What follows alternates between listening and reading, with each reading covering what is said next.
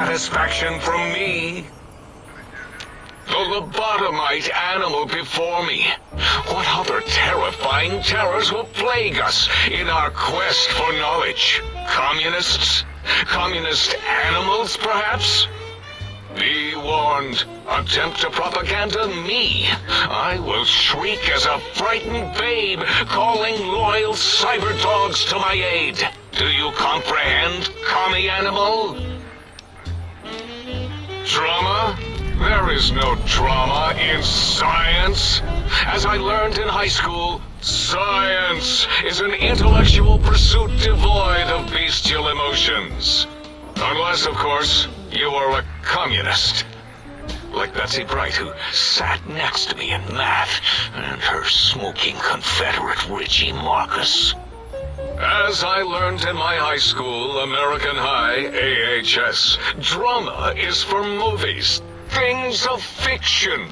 Here in the think tank, the only star is science. Before you is the brain of Dr. Boros, head of animology, beastology, and DNA scrambling technology here at Big Mountain. I lay the bones and hearts of animals bare beneath my searing gaze, especially the dogs. I did so love dogs once. Especially Gabe, that rascal. But there are many animals to shape. Industrious cazadors, the happy-go-lucky night stalkers. They are my living, breathing DNA test tubes. Indeed, docile, curious, safe, sterile. They are contained here at Big Mountain to preserve DNA and for observation.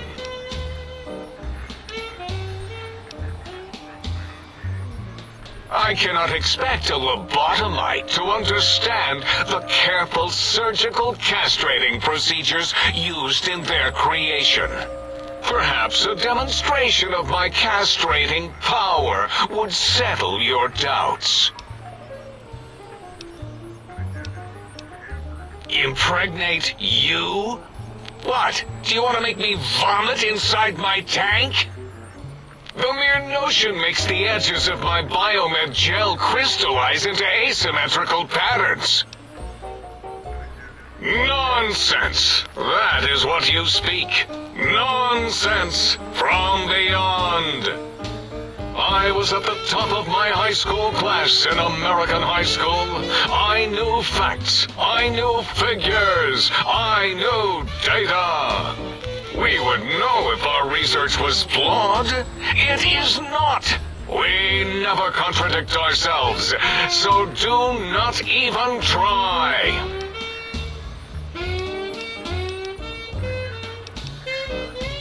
Why are we even debating this?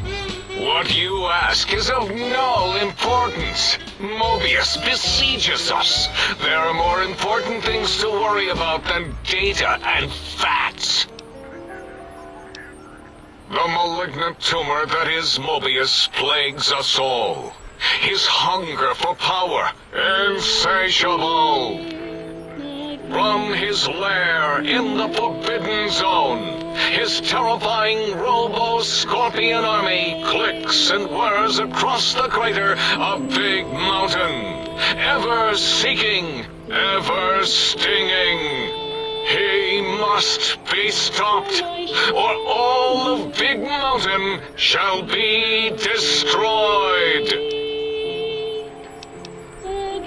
The radar fence protects us all. If evidence is correct, the one who built it is me. It keeps anything with a disembodied brain inside, like us, and anything without a brain also inside. It is the ultimate defense against communist aggression. There'll be no infectious ideas on my watch. Trapped? Nonsense! We are secure here from evil philosophies. Ever since my anxiety-filled days of powerlessness and being bullied in American high school, I have dreamed of such security as the fence. That and giant cybernetic dogs that would ruthlessly patrol and kill anyone who wasn't my friend, like Richie Marcus and Betsy Bright. Who's laughing now, Betsy? I hope you and Richie are happy smoking in your radioactive coffins. I'm glad you never came to my birthday party. No! Beyond is death, despite mounting evidence to the contrary. No matter where these strange humans wander in from with their ideas and new brains, there is nothing beyond Big Mountain. Enough! Stop filling my precious brain cell units with irrelevant data.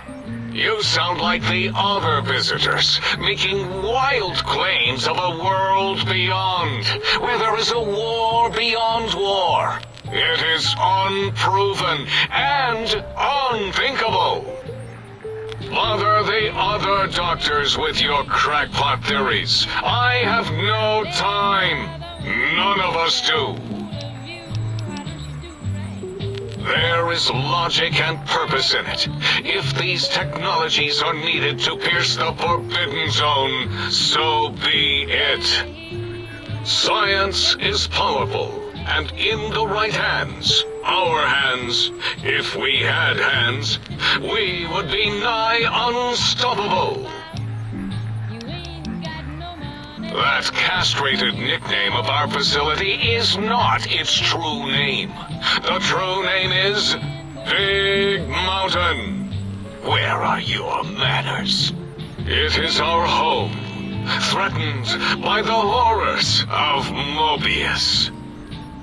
All we wish to do is continue our research, layer upon layer, above and beneath the floor of the crater, until we have our answers. But no, Mobius will not let us rest, scaring us with his scary robots with their laser tails and blowing up all the time. It was not our first choice of testing grounds, but we no longer have the luxuries of our test cities. Then we lost the mountain. After the explosion, we couldn't find it anymore, so the crater became our testing grounds for science. Yes, in the past, individuals would come to us, pay for technology, and if their town, community, or city was just right, we could use that city as a controlled experiment. Vault-Tec was much better at it, of course. We had to make do, get permission, sometimes. If only we could have used commie cities. But capturing whole cities was hard, so we captured enough commies to make cities of our own. So we had a group of Chinese prisoners to experiment on. Those were the days. But the true test was science on unsuspecting Americans. Whether it was holograms, new autodocs, toxins, vending machines, we wound them up, let them go into tiny, isolated towns. Then we observed. Boom! Yes, quite unexpected and embarrassing. All better now after the landscaping, though. Much more pleasing to our monitors. And the crater helps keep everything inside, because it is bowl-shaped. Submit your questions. I shall respond with deadly answers. Before you is the... Indeed. No, such creatures are found only here, for research purposes. They would no more be capable of escape than breeding. Because Big Mountain safety measures are far more sophisticated than their primitive animal instincts. We are their lords and masters. Until next time, then. Provided there is a next time. For any of us.